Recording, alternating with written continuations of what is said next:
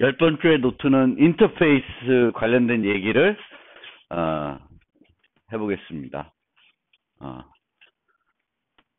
4장에서 인터페이스를 기본적인 건 이미 설명드렸고 추가적인 설명을 드리려고 해요.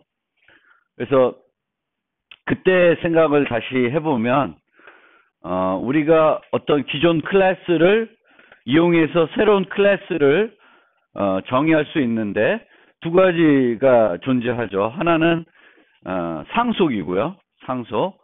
상속은 코드를 재사용하게 해주고 자식 클래스를 정의할 때 부모에 있는 그 메소드들을 물려받을 수 있고 상태들을 물려받을 수 있기 때문에 자식들을 정의할 때도 편리한 점이 있어요.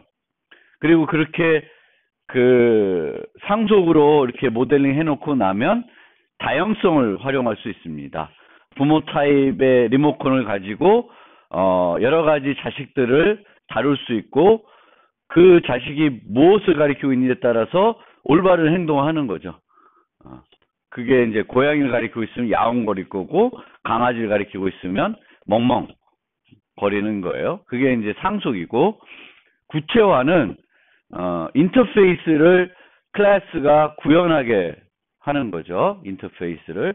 그래서 인터페이스는 메소드가 선언만 되어 있어요.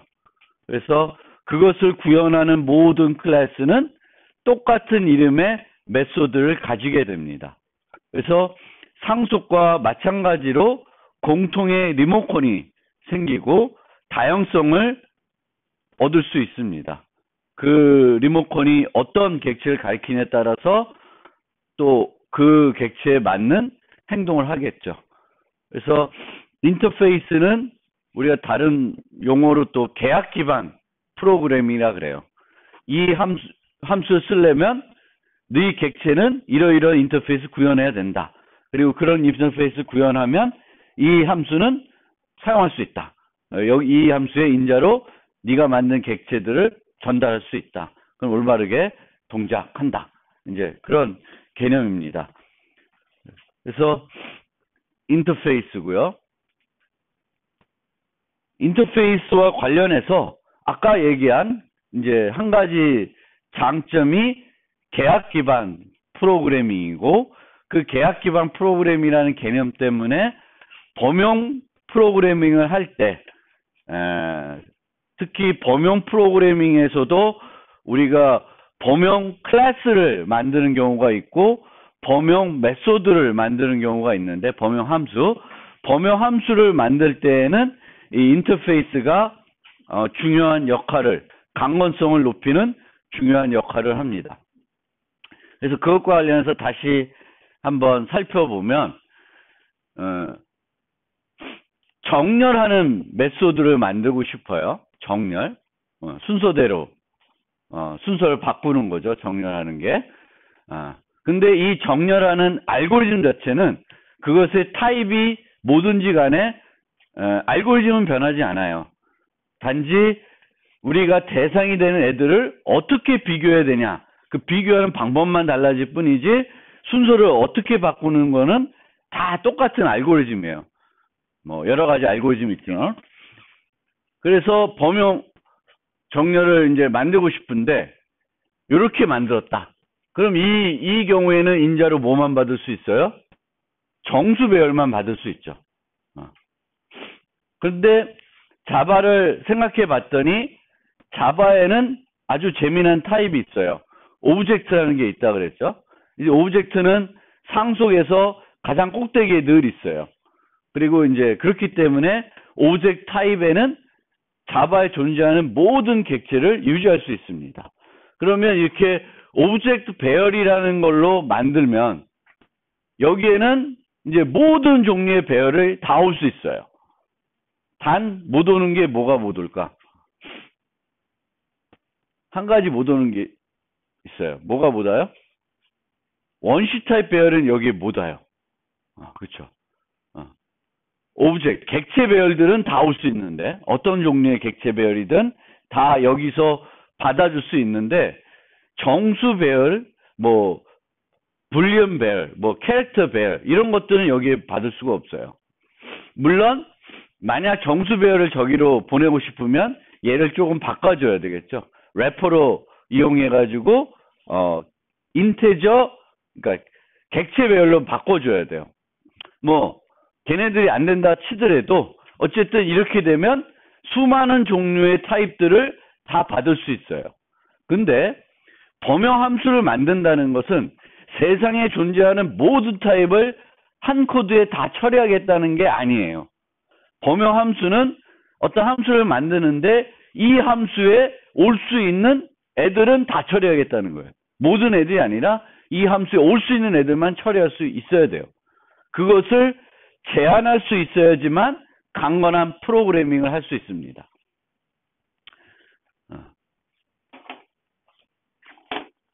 C에서는 나중에 C랑 C++이랑 한번 비교해 볼 텐데, C++은 이제 이게 뭔가 이렇게 합시다.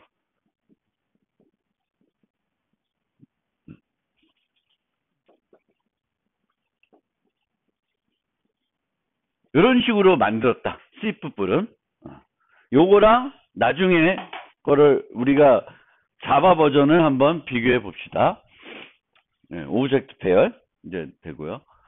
그래서 내부 코드를 우선 쭉, 이게 가장 쉬운 정렬 알고리즘인데, 이 알고리즘 자체가 중요한 게 아니라 여기에 보시면은 J번째 색인에 있는 애랑 I번째 색인에 있는 비교해가지고 필요하면 요거 뭐 하는 거예요? 위치를 바꾸는 거죠. 수업하는 거예요. 바꾸는 거예요. 그러면 여기에 보시면 compare to라는 메소드를 쓰고 있어요. 비교를 해야 되니까. 자바는 연산자를 재정의 할 수 없으니까, 연산자 재정의 못하니까 함수를 이용해야 돼요. 이쪽에서는 쭉 알고리즘은 똑같고, 여기서는 리스트 J랑 리스트 I랑 내가 C에서 구현하면 이런 식으로 구현했을 거예요. 연산자를 써서 구현을 했을 거예요. 근데 자바는 만약 이렇게 만들었으면 오브젝트 배열이니까, 오브젝트 배열에 compare to가 없으면, compare to가 없으면 이 코드는 문법적으로 오류예요. 오브젝트라는 리모컨을 쓰고 있는데 오브젝트에 없는 메소드는 부를 수가 없어요. 그게 가리키고 있는 객체가 가지고 있다 하더라도. 또 만약에 이제 조금 그 언어의 특징이 바뀌어가지고 오브젝트가 가리키고 있는 애들이 갖고 있는 메소드를 부를 수 있다고 칩시다. 그럴 경우에는 뭐가 보장돼야 되냐면은 여기에 오는 모든 애들이 다 뭘 갖고 있어야 돼요? compare to라는 메소드를 갖고 있어야 되죠. 그거를 보장할 수 있는 방법은 없어요. 강제할 수 있는 방법은 여기에는 없습니다. 그러니까 이런 식의, 또 C++에서 이런 식의 범용 프로그래밍은 강건하지가 못해요. 여기에 어떤 종류를 제공했는데 내가 이 연산자를 재정의 안 했어. 그러면 실행이 안 되겠죠. 뭔가 문제가 생기는 거예요. 여기는 문제가 생겨요. 그러면 compare to를 가진 애들만 오게끔 만들면은 이 코드가 강건해지겠죠. compare to. 그럼 compare to를 가진 애들만 오게끔 만드는 방법이 뭐예요? 지금 이 챕터에 설명하고 있는 인터페이스가 되겠죠. 그래서 어디 갔어? 안 나오나? 왜 안 나와? 없어. 요거를 comparable로 바꾸는 거예요. 배열을. comparable t. comparable t가 아니라 comparable로 바꾸게 됩니다. 그러면은 이 코드는 강건해져요. compare to를 가지고 있는 애들만 올 수 있게 되는 거예요. 세상에 존재하는 모든 객체들이 올 수 있는 게 아니라 comparable 인터페이스를 구현하고 있어서 compare to 메소드를 가지고 있는 애들만 여기에 올 수 있어요. 그러면 이 코드가 어떻게 돼? 강건해진다는 거죠.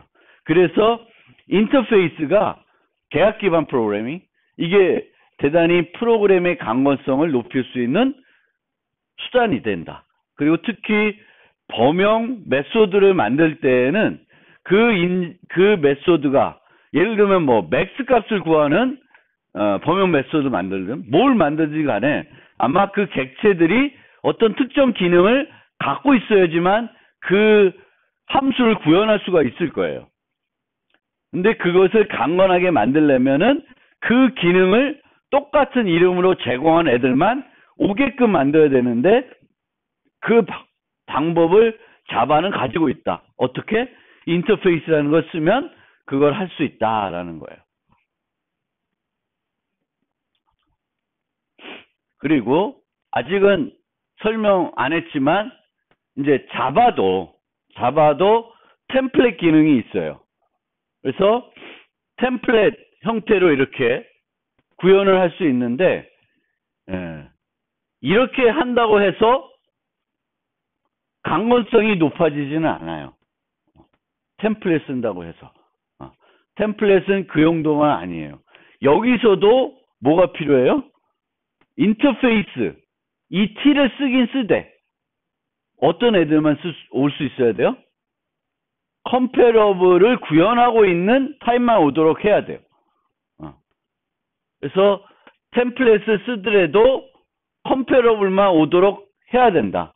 그래서 여전히 템플릿 쓰더라도 인터페이스의 기능이 필요해요. 그래서 여기에는 안 써져 있지만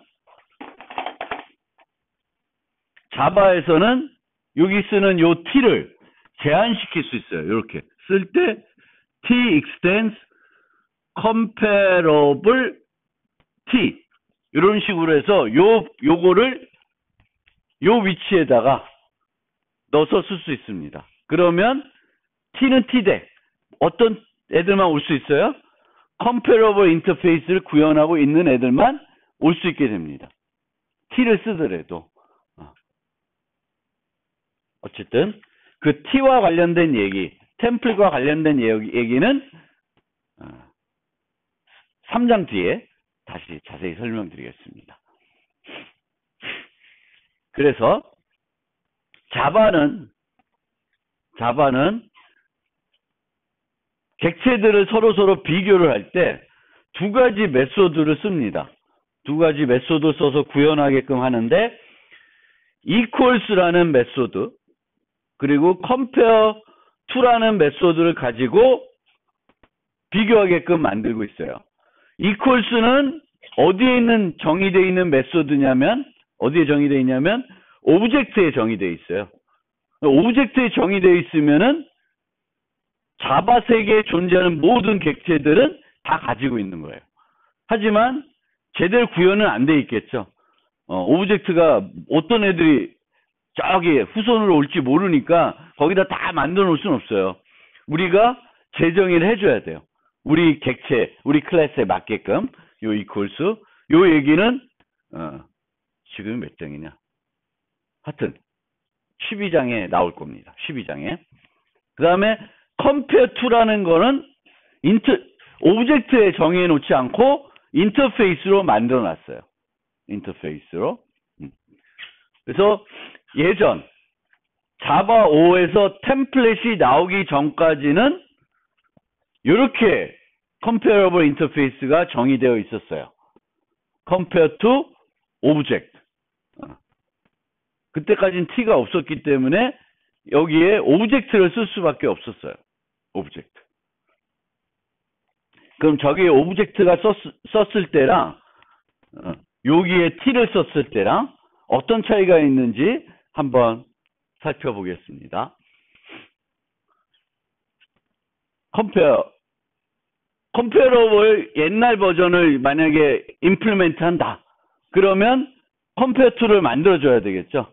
컴페어투를 재정의해줘야 되는데 컴페어투가 예전엔 여기에 뭐가 와 있었어요? 오브젝트가 와 있었습니다. 오브젝트가 와 있으니까 내가 재정의할 때도 뭘 써줘야 돼요? 오브젝트를 써줘야지 재정의가 맞게 되는 거예요. 그러면 뱅크 어카운트에서 컴페어 투를 만들면 뱅크 어카운트 객체랑 뭐를 비교하겠다는 거예요? 뱅크 어카운트를 비교하겠다는 거죠. 뭐 강아지, 뭐 고양이를 비교하겠다는 게 아니에요. 그러면 오브젝트로 썼지만 실제 오는 타입들은 뭐가 오겠어요? 뱅크 어카운트가 오겠죠. 그리고 내부적으로 뱅크 어카운트에 있는 어떤 멤버들 가지고 비교를 해야 되겠지. 그러면 그 비교를 하기 위해서는 뭘 해줘야 돼? other를 뭘로 바꿔줘야 돼? 오브젝트 타입을 뭘로? 뱅크 어카운트를 바꿔줘야 되는 거죠. 타입 변환이 필요합니다. 타입 변환이. 타입 변환이 필요해요. 요거는 뭘까요? 요걸 쓰면 어떤 효과가 있을까요? 요 중간 코드. 여기 주석 처리된 거.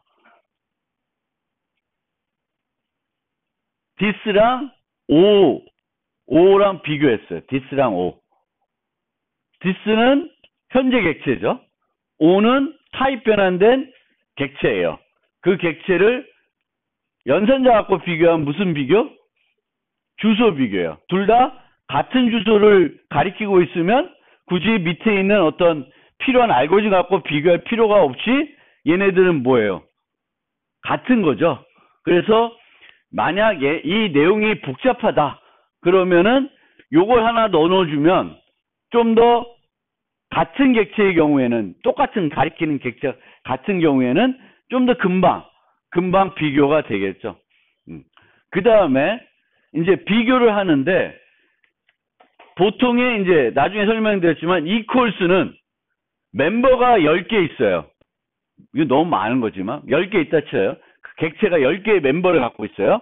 그럼 equals는 구현을 어떻게 해야 되냐면 이 10개가 다 똑같은지 봐야 돼요. 근데 compare to는 10개의 멤버가 있지만 그 중에 어떤 걸 이용해서 구현할지는 누구 마음이야? 작성하는 사람 마음이에요. 그래서 뱅크 어카운트에는 수많은 정보들이 있을 수 있는데 나는 compare to를 뭐만 이용해서 비교하겠다? 밸런스만 이용해서 잔행 정보만 이용해서 비교하겠다라고 구현할 수도 있어요. 여러 개를 이용할 수도 있고 하나만 이용할 수 있어요.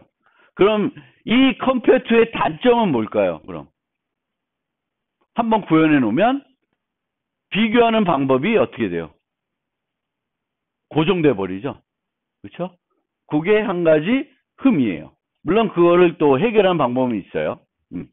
근데 여기서도 밸런스를 이용해서 compare to를 만들어라. 그럼 이렇게 만드시는 분이 있어요. 이렇게. 밸런스가 오밸런스가 작으면 음수, 크면 양수, 같으면 0. 이렇게 반환하는 경우가 있어요. 근데 비교는 기본적으로 무슨 연산? 비교는 기본적으로 뺄셈이에요. 뺄셈. 빼서 같으면 0, 크면 양수가 되겠고 작으면 음수가 되겠죠. 그래서 요렇게 여기 주석 처리된 요렇게 구현하는 게 맞는 거예요. 원시 타입의 경우에. 이렇게. 밸런스. 이렇게. 그래서 이렇게 구현하지 마세요. 혹시 나중에 구현할 필요가 있을 때 이렇게 구현하시는 거예요. 이렇게. 그래서 자바 5 이전에 템플릿이 없었을 때는 오브젝트로 정의할 수밖에 없었어요. 왜? 어떤 객체가 이걸 구현할지 모르니까 여기를 특정 지을 수가 없죠. 그래서 모든 객체들이 다 쓸 수 있는 뭘로 만든 거예요? 오브젝트로 이렇게 정해 놓은 거예요. 근데 이제 자바 5부터는 뭐가 와? 템플릿이 올 수 있어요. 그럼 T를 쓰고 있습니다. 그러면 뭐가 달라지냐? T를 쓰는데 내가 implement compare하고 그 T에다가 뭘 넣어줘요? T는 타입 인자예요. 타입 변수. 그럼 타입 변수를 내가 그걸 쓸 때는 어떤 타입을 내가 쓰겠다는 걸 거기다 지정해 줄 수가 있습니다. 그럼 뭘로 지정해 놨어요? 뱅크 어카운트로 지정해 놨어요. 그러면 요 compare to가 여기는 뭘로 돼 있어요? 어디 있어요? T로 돼 있죠. 그 T 자리가 뭘로 바뀌어요? 원래 T로 다 구현되어 있는 게 내가 요번에 뱅크 어카운트 쓸래. 그러면 그 T가 다 뭘로 바뀌어요? 뱅크 어카운트로 바뀌는 거예요. 그러면 여기에 컴페어투의 메소드의 그 인자가 뭘로 와요? 뱅크 어카운트로 와요. 그러면 뭘 안 해도 돼, 이제. 타입 변환을 안 해도 되는 거죠. 그러니까 자바에서는 템플릿을 쓰게 되면 범용 프로그램 할 때 뭘 안 해도 돼요? 타입 변환을 안 해도 돼요. 타입 변환을 안 하게끔 해줘요. 편하죠. 그렇죠? 그래서 그런 것입니다. 이 compare to 메소드는 뭐 이런 특징을 갖고 있어요. 사전식 비교. 뭐 일반적인 비교예요. 자, 그 EL에 코드가 하나 그 실습 자료가 올라갔는데 걔를 한번 다운받아 주셔서 임포트를 하면 어디 갔나? person student라는 프로젝트가 하나 생길 겁니다. 그거를 임포트 해주세요.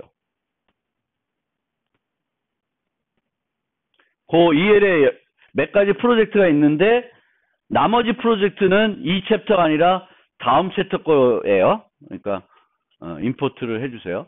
그러면 person, student 이렇게 되어 있습니다.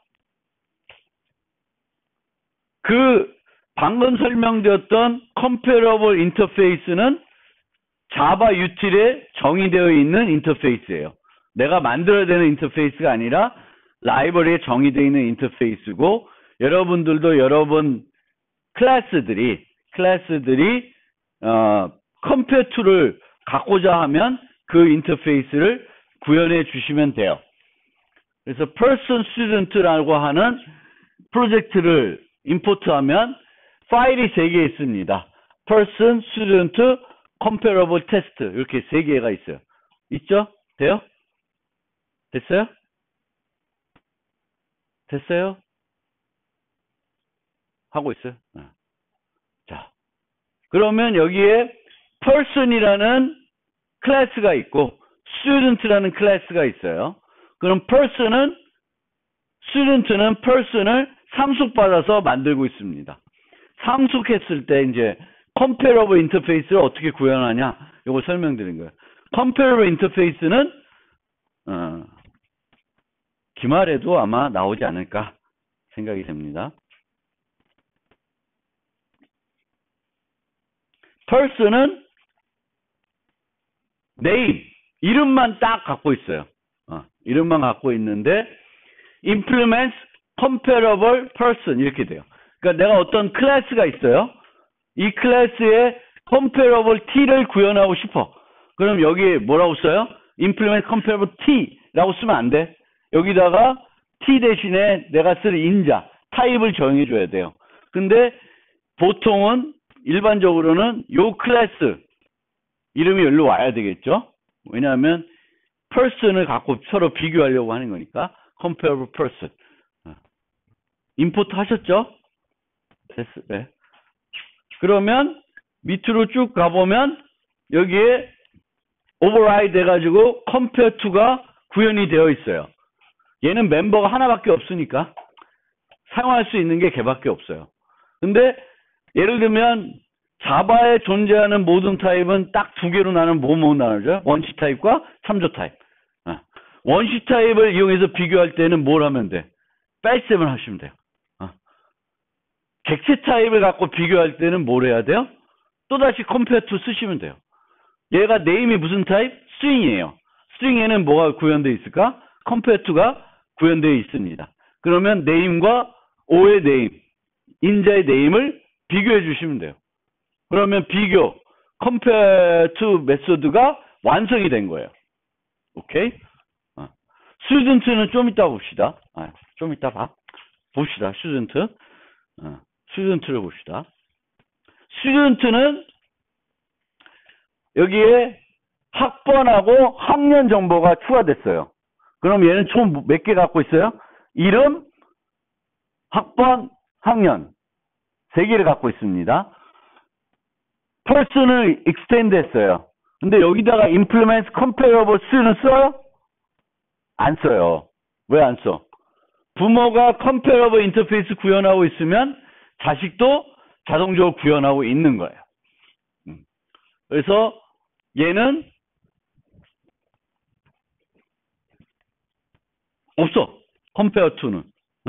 compare to는 없어요. 얘가 compare to가 없어도 있죠? 갖고 있죠?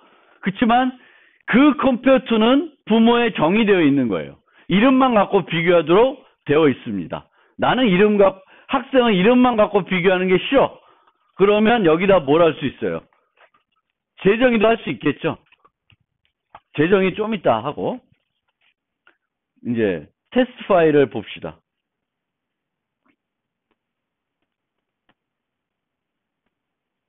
자, 여기에 배열을 만들어 놨는데, 무슨 배열이에요? 학생 배열이에요. 학생 배열이에요. 그리고 6개 학생들을 만들어 놨어요. 6명의 학생을. 처음에 array sort를 했어요. array sort 요 배열을 넣었어요. 그러면 utility에 있는 그 라이브러리에 있는 정렬 함수를 이용해서 정렬하는 거예요. 그럼 얘는 뭘 이용해서 정렬을 할까? sort가 뭘 이용해 정렬해? compare to를 이용해 정렬하는 거예요. 어디에 정의되어 있는 compare to? person에 정의되어 있는 compare to. 그럼 뭐예요? 뭘 갖고 정렬해요? 이름을 갖고 정렬하겠죠. 우선 실행을 잠깐 해보고 요거 나머지 아래 것까지. 그러면 이거 키워야 되겠지만 여러분들 실행해보세요. 실행해보면 보일 거예요. 그러면 김유신, 임꺽정, 장길상, 장보고, 홍길동 이렇게 나와요. 이름을 갖고 비교했어요. 오름차순으로. 기본이 오름차순이에요. 내림차순 하고 싶다. 거꾸로 접근하세요.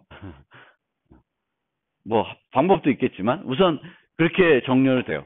자, array sort 여기서 내가 인자를 안 줬어. 인자를 안 주고 정렬하면 기본적으로 얘는 compare to 메소드를 갖고 있는 애만 올 수 있고 그걸 이용해서 정렬을 해요. 그리고 여기도 하나 여러분들 쓸 때 많이 활용할 수 있어요. 디버깅 같은 거 할 때 배열을 출력해 보고 싶다. 그러면 arrays to string 해가지고 배열을 주시면 배열이 이렇게 출력이 돼요. 물론 요 각자 이렇게 출력된 거는 뭘 만들었냐면은 스튜던트의 toString 메소드를 구현해 놨습니다. 그래서 toString 학생들이 이렇게 가로로 찍히는 건 내가 만들어 놓은 건데 이 배열이 찍히는 거는 arrays toString 요 메소드를 이용한 거예요. 자, 나는 학번이래. 이름 가지고 소팅하는 거 원치 않아. 좀 다르게 소팅하고 싶어요. 다르게 소팅하고 싶어요. 그러면 그 비교를 할 때 쓸 메소드를 새롭게 만들어서 줘야 돼요. 한 가지 방법은 스튜던트에다가 재정의 하는 거예요. 스튜던트 재정의. 근데 그건 우선 하지 않고 sort 메소드가 있는데 오버라이딩 돼 있어요. 얘는 인자 하나만 받았죠. 그 다음 거는 인자를 2개 받고 있어요. 학생과 객체를 하나 받고 있어요. new student numbers comparator라는 걸 받고 있어요. 그래서 요건 뭐냐면 얘를 정렬하는데 여기에 정의되어 있는 comparator를 쓰지 말고 여기서 준 객체에 정의되어 있는 compare 메소드를 쓰라고 하는 거예요. 그럼 얘는 어떻게 만들어져 있냐? 위로 가면 만들어져 있죠. 위로 가면 comparator student라고 돼 있어서 compare 메소드로 구현이 되어 있어요. 근데 얘는 인자가 몇 개야? 하나가 아니라 2개예요. 양쪽에 와서 비교를 합니다. 요 앞에 거랑 뒤에 거랑을 비교해요. 그래서 요거는 뭘 갖고 비교하고 있어요? O1 get number compare to O2 get number예요. 뭐 갖고 비교하는 거야? 학번 갖고 비교하는 거죠. 근데 얘는 이 클래스를 잘 보세요. 이 클래스는 뭐만 갖고 있어요? 상태 있어요? 없죠. 뭐만 있어요? 메소드만 딸랑 정의되어 있어요. 이거는 진정한 객체장에서 객체는 아니죠. 클래스는 아니에요. 그렇지만 자바 8 이전에는 메소드를 전달하고 싶었어요. 함수를 바꿔 쓰게끔. 그러면 어떻게 만들어야 돼? 이렇게 클래스 정의하고 어떤 인터페이스를 구현하게끔 만든 다음에 전달하면 이 클래스의 객체들은 다 뭘 갖고 있어요? 이 메소드 갖고 있겠죠. 그렇게 해서 쓰는 거예요. 그렇지만 얘는 진정한 그 클래스가 아닙니다. 그래서 그렇게 비교를 하면 학번 갖고 비교하니까 2015, 15, 16, 16, 18, 18 이렇게 쭉 구현 소팅이 되죠. 그래서 요거는 요렇게 만들어 요렇게 클래스를 만들어서 여기다가 객체를 전달하는 건 이제 자바 8 이전 방식이에요. 옛날 방식이에요. 지금은 이제 뭘 하냐? 객체를 만들 이유가 없어요. 함수만 하나 전달하려고 객체를 만들 필요가 없이 뭘 만들면 돼요? 람다 표현식이라는 걸 써서 함수를 정의해 가지고 전달해 주면 돼요. 요게 뭐예요? 람다 표현식이에요. 인자가 두 개고 그 두 개를 비교하고 있어요.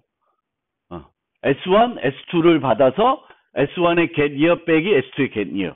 이건 그러면 뭘 비교하는 거야? 뭘로 비교하는 거야? get year니까 학년으로 비교하는 거죠. 학년. 그러니까 세 번째는 1학년, 2학년, 3학년, 4학년. 이렇게 돼요.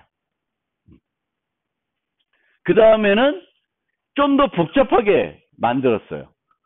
예를 들면 compare to나 compare 메소드를 인자 하나가 아니라 인자 여러 개를 이용하고 싶다. 그러면은 첫 번째 이용할 거 기준이 될 게 얘부터 비교하고 얘가 같으면 그 다음 걸 이용하겠다. 뭐 이런 식이에요. 얘도 같으면 또 그 다음 거 이런 방식이에요. 그래서 get year 학년을 이용해서 먼저 비교하고 학년이 같으면 그 다음에 뭘 비교해요? S1 compare to S2 했네. 그러니까 학생에 있는 기본 매수, 비교 매수. 이게 뭐야? 이름 갖고 비교하는 거겠죠? 그래서 세 번째는 학년 비교하고 학년이 같았을 때에는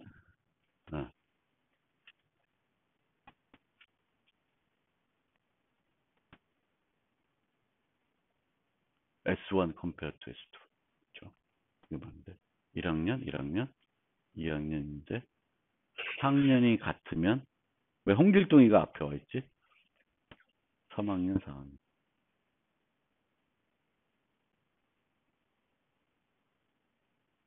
같으면 S1 compare to S2.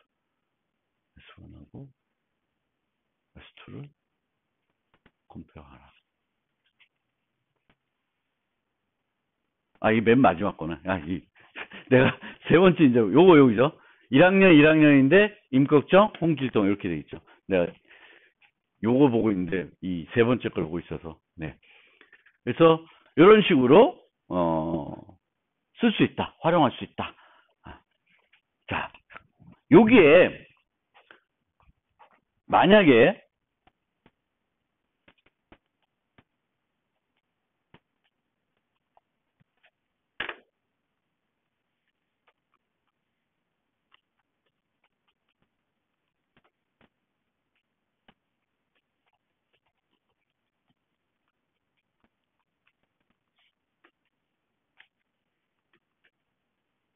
부모에 정의되어 있는 이름만 이용해서 비교하는 게 마음에 안 들어. 그 마음에 안 들어도 내가 쓸 때에 필요한 비교 메소드를 만들어 가지고 활용할 수 있는 방법들이 다 있죠. 설명드린 것처럼. 근데 또 한 가지 방법은 학생을 정의하면서 컴퓨터를 바꿔버리는 거예요. 부모에 정의 있는 네임만 비교하는 게 싫어서 바꿔버리는 겁니다. 근데 이렇게 했을 때 여기에는 뭐가 올까? 여기에 인자는 뭐가 올까? 여기 뭐가 올까? person, student 뭐가 올까? 전달되는 건 학생이 전달될 텐데 우리가 문법적으로 여기를 어떻게 써야 돼? person을 써야 되죠. 그쵸? 왜? 부모에 정의되어 있는 메소드가 뭐예요? person이죠. person이기 때문에 여기에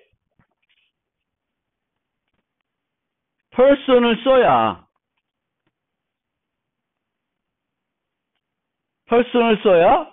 맞는 재정의가 돼요. 그러면 나는 학생을 비교해야 되는데 person이 아니라 어떻게 해야 돼요?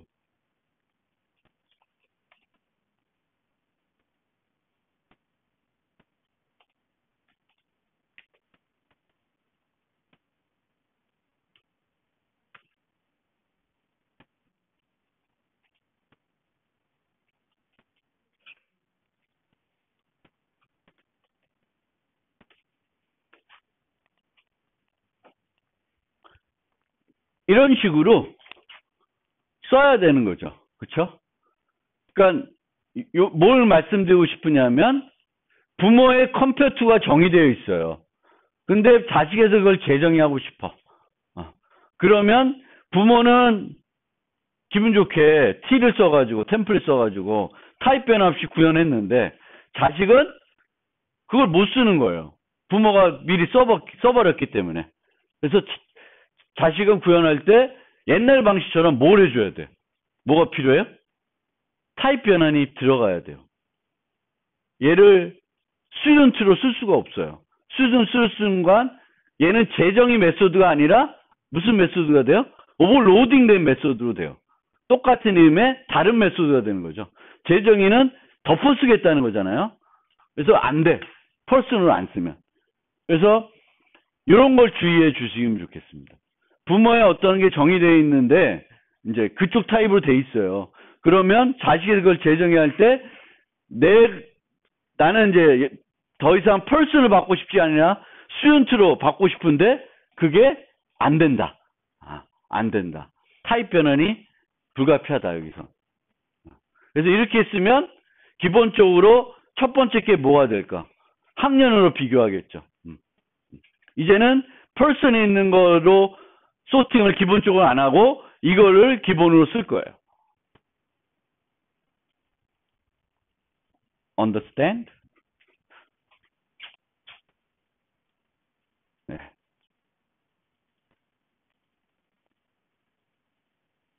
시험 문제 내 겁니다. 기말에. 잘 보세요.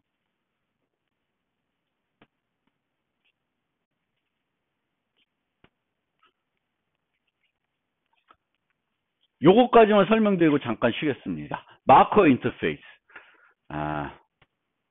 인터페이스는 보통 메소드가 선언되어 있죠. 그리고 그걸 구현하는 클래스들은 뭘 해야 돼? 거기 선언되어 있는 메소드들을 정의해야 돼요. 나 싫어.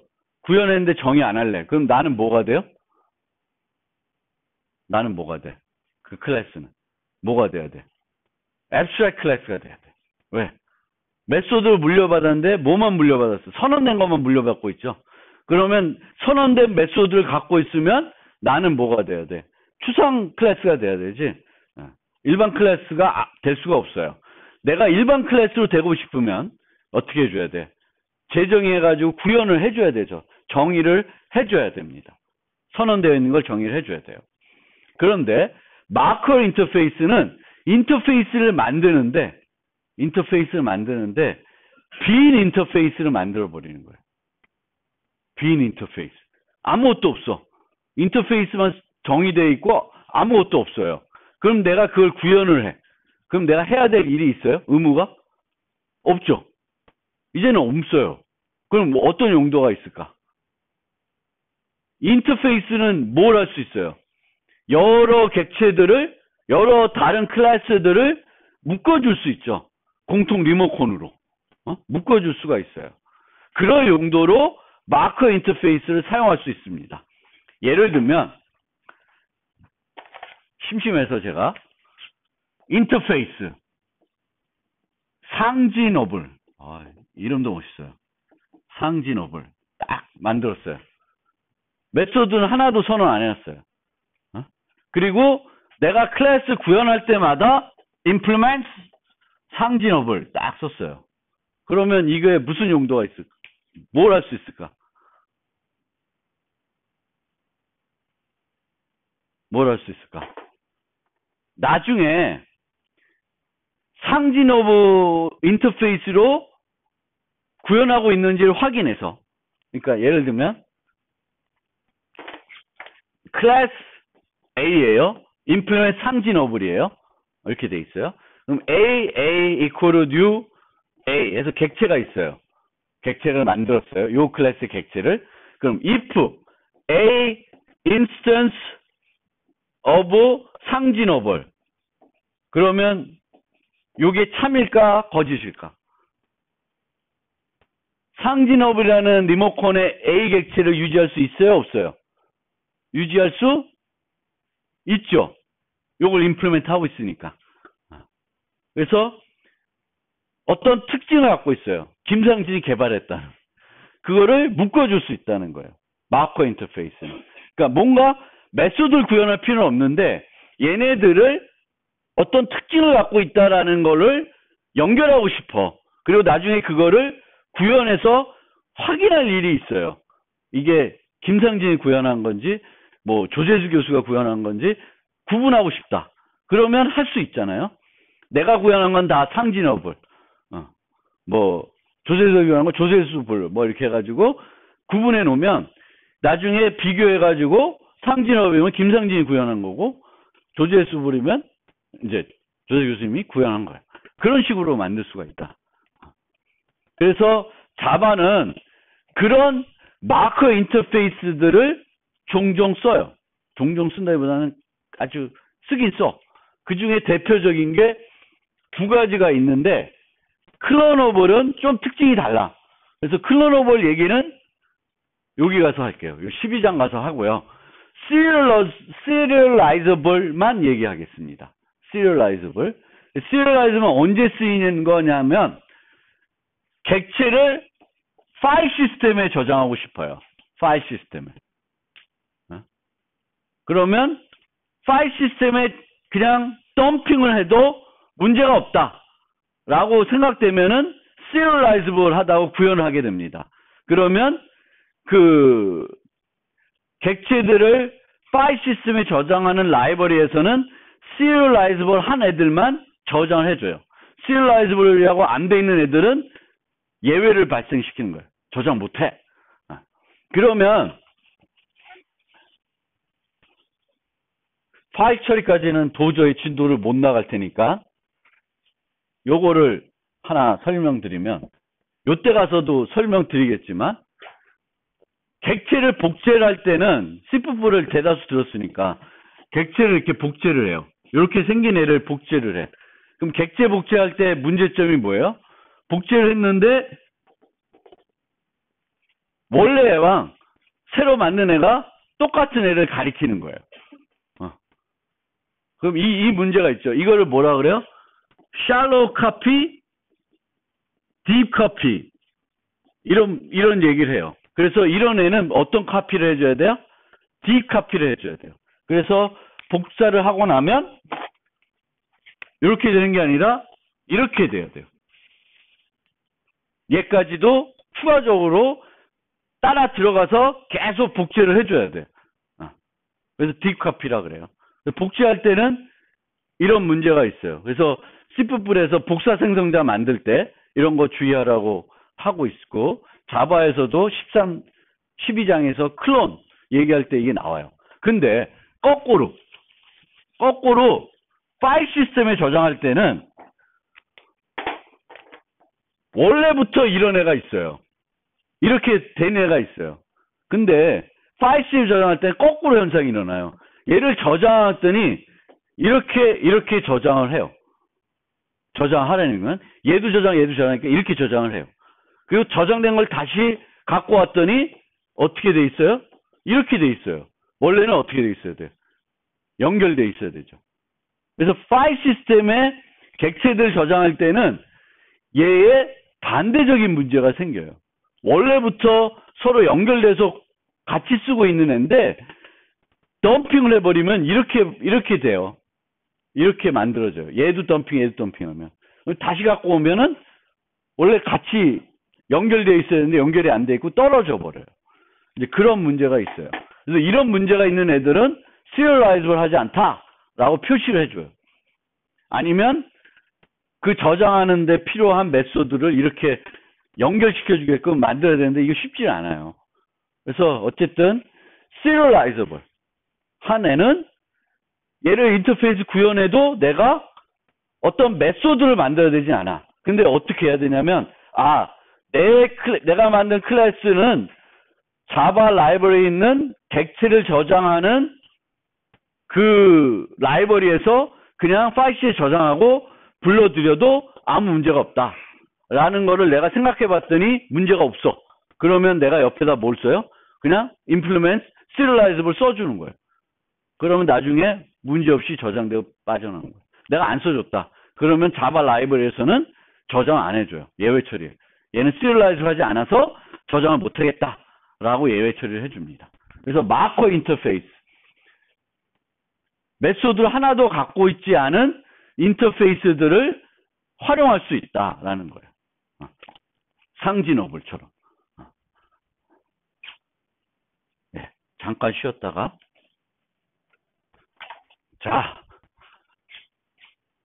이제 예전에는 인터페이스에 그 메소드를 선언만 할 수 있었어요. 근데 이제 자바 8부터는 인터페이스에 메소드를 정의할 수 있게 됐습니다. 그리고 이 정의할 때에는 앞에다 디폴트 키워드를 써주셔야 돼요.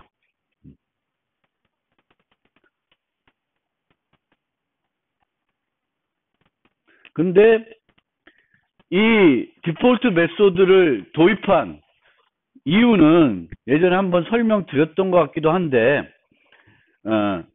인터페이스라는 것들은 보통 많은 클래스들이 구현을 할 수 있어요.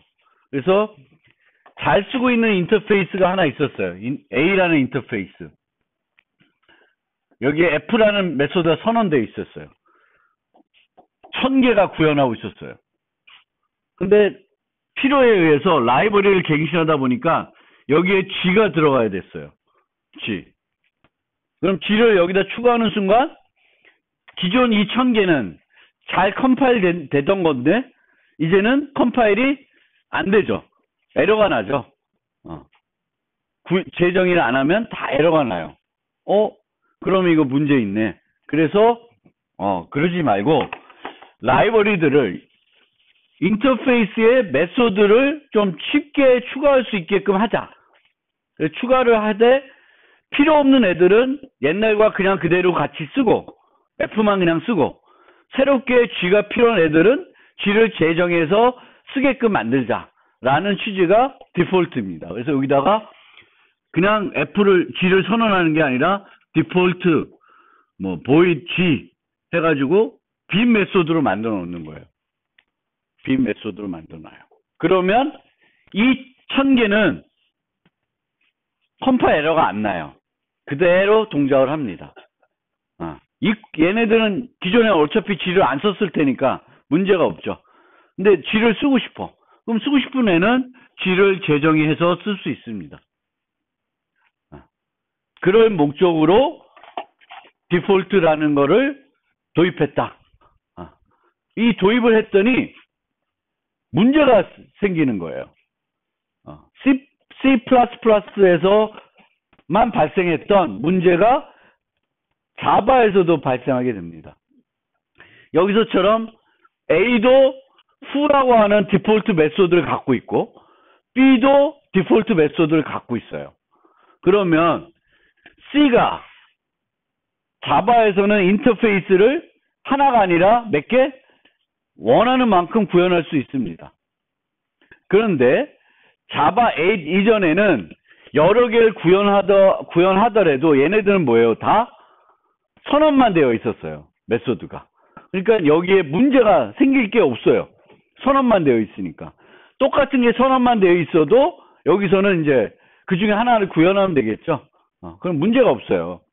그런데 이 경우에 이제 디폴트 메소드가 있는 경우에는 이렇게 구현하면 얘는 who라는 이름의 메소드를 똑같은 이름의 메소드를 몇 개 가지게 돼요? 2개 가지게 되죠. 2개 가지게 되면 모호해지잖아. 어떤 걸 써야 돼? 모호해져요. 그래서 이거는 에러가 납니다. 에러가 나요. 그래서 이 에러를 해결하려면은 재정의 하나 해주면 돼요. 그러면 D에 객체 쓸 때는 어떤 풀을 써야 될지가 명확해지죠. 물론 이 중에 하나를 쓰고 싶으면 어떻게 해야 되나? 방법이 있나? 갑자기 생각이 안 나네. 생각이 안 나요. C 같으면 A 땡땡 푸 하면 될 텐데, 자바에서는 이거 되나? 모르겠네. 이제 자바에서는 보통 위에 걸 할 때 슈퍼 쓰거든요. 근데 슈퍼 쓰면 이거는 뭐 둘 다 하니까 안 되겠네. 쓸 수 있는 방법이 없을 것 같네. 한번 알아보고 다음 시간에 설명드릴게요. 근데 어쨌든 이런 문제가 생긴다. 이제 자바에도 다중상속에서 발생할 수 있는 문제가 생기는 거예요. 이런 문제가 생깁니다. 다이먼드 프로블럼도 생길 수 있고 여러 가지 문제들이 생길 수 있어요. 그러면 인터페이스의 디폴트 메소드를 정의할 수 있게 해준 이유는 이런 용도예요. 그냥 빈 메소드나 예외를 발생하게끔 하는 그 코드를 넣어라, 그 정도로 만들게 해준 거예요. 그런데 또 사람들이 봤더니 디폴트 메소드를 가지고도 어떤 의미 있는 일도 할 수도 있다라는 거예요. 그래서 어떻게 돼 있냐면 원래 인터페이스가 이렇게 돼 있었어요. set x, set y, get x, get y 이렇게 네 가지가 있었습니다. 거기에 디폴트로 move 메소드를 추가했습니다. 어떻게 추가하냐? 얘는 상태를 접근할 수는 없죠. 상태를 직접적으로 접근할 수는 없어요. 밑에 어떤 애들이 오는지 알 수 없으니까 상태를 접근할 수 없습니다. 하지만 얘네들은 부를 수가 있어요. 그러니까 얘네들을 불러서 만들게 됩니다. 그래서 get x를 불러서 x 값을 얻은 다음에 델타 x를 더해줘. get y를 불러서 델타 y를 더해준 다음에 set x와 set y를 이용해서 값을 바꿔줍니다. 그럼 이 부분은 어떤 형태의 클래스가 오든지 간에 다 돌아갈 수 있는 코드가 되죠. 그래서 이런 식으로는 어떤 경우에는 디폴트 메소드가 의미 있는 일을 하도록 만들 수도 있다. 근데 기본적으로는 인터페이스에는 뭐가 없어요. 그러니까 인터페이스랑 앱스트랙트 클래스와의 차이점. 인터페이스나 앱스트랙트 클래스도 메소드를 이제는 정의할 수는 있어요. 근데 앱스트랙트 클래스는 모두 정의할 수가 있어요. 뭘 또 정의할 수 있어요? 상태를 정의할 수도 있습니다. 멤버 변수를. 근데 인터페이스는 멤버 변수를 정의할 수가 없습니다. 만약에 인터페이스 이제 멤버 변수까지 정의할 수 있게 만든다. 그러면 어떻게 될까? 인터페이스가 필요 없죠. 그렇죠? 인터페이스하고 앱스트랙트 클래스하고 차이가 없어집니다. 그래서 이제 그렇게까지는 안 가는 거예요. 그럴 필요도 없고.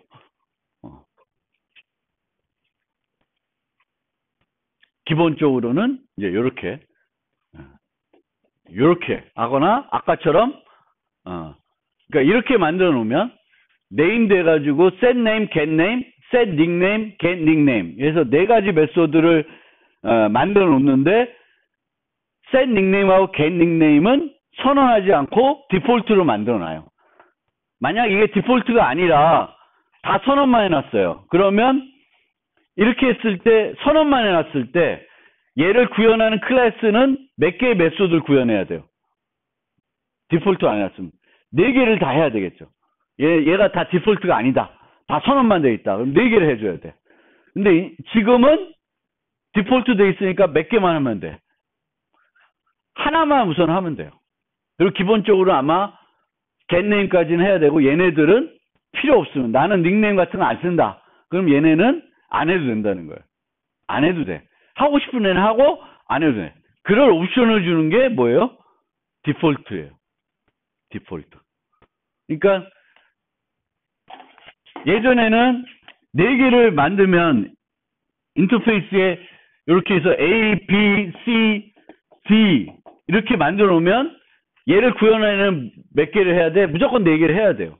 근데 내가 만드는데 2개는 선택적으로 하게끔 만들고 싶어요. 그럼 이제는 그게 가능하죠. 어떻게?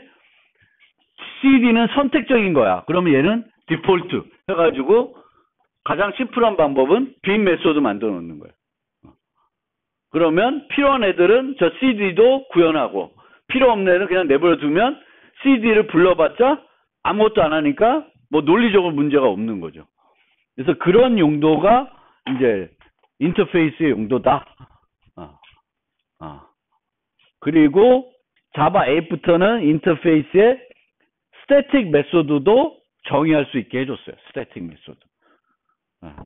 그래서 예전에는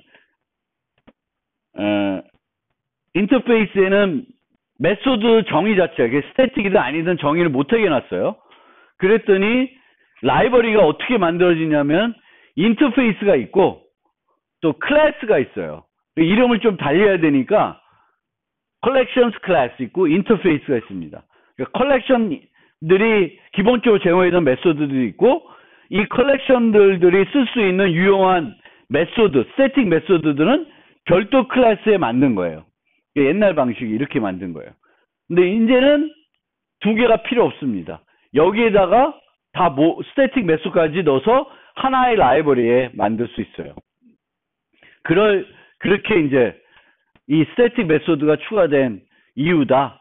요 2개를 만드는 거를 이제 안 해도 되게끔 하기 위해서 한다.